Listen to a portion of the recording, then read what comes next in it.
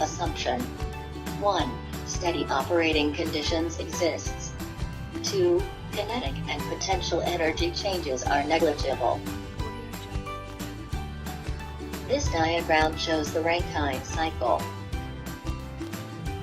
For process 1 to 2, the initial pressure is 50 kilopascals. Using the steam table, the value of initial enthalpy and entropy are obtained. The work done at the pump is calculated by obtaining the difference between H1 and H2. H2 is calculated by adding the work done at the pump to H1. The entropy and enthalpy for step 3 is obtained from the steam table. Since process 3 to 4 is an isentropic expansion process, the entropy of step 4 is equal to the entropy of step 3.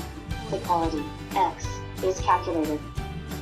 H4 is calculated using the quality obtained. The thermal efficiency of the ideal Rankine cycle is calculated by dividing the net work done in the cycle with the total enthalpy absorbed. Next, the temperature at the pump is 81.32 degrees Celsius at 50 kilopascals and is then decreased by 11.3 degrees Celsius to 70 degrees Celsius. The enthalpy and specific volume at 70 degrees Celsius is obtained from Table A5. The new work done at the pump is calculated and the new H2 is calculated by adding the work done at the pump to H1. The new thermal efficiency is obtained by replacing the work done at the pump and H2 with new work done and new H2. The new thermal efficiency slightly smaller than the thermal efficiency calculated above. Application question. The power plant in Superb Company operates on a simple ideal Rankine cycle with the turbine inlet at 600 degrees Celsius, a boiler pressure of 6,000 kilopascals, and a condenser pressure of 50 kilopascal. The company wished to investigate how the difference in the pump inlet condition will affect the thermal efficiency. Edward, as an engineer in the company, was assigned to this job. He decided to investigate the effect by comparing the thermal efficiencies of the cycle when it is operated, so that the liquid enters the pump as a saturated liquid, against that when the liquid enters the pump 11.3 degrees Celsius cooler than a saturated liquid at the condenser pressure. A. State the assumptions in the cycle and calculate the thermal efficiency of the power plant. B.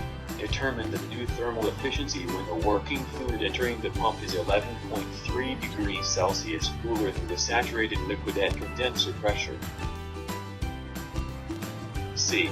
Compare the two thermal efficiencies and determine the condition at which the power plant will function more efficiently. Explain your answer. Assumptions. 1. Steady operating conditions exists. 2. Kinetic and potential energy changes are negligible. 3.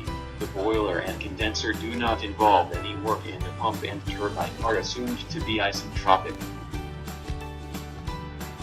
The initial pressure is 50 kilopascals.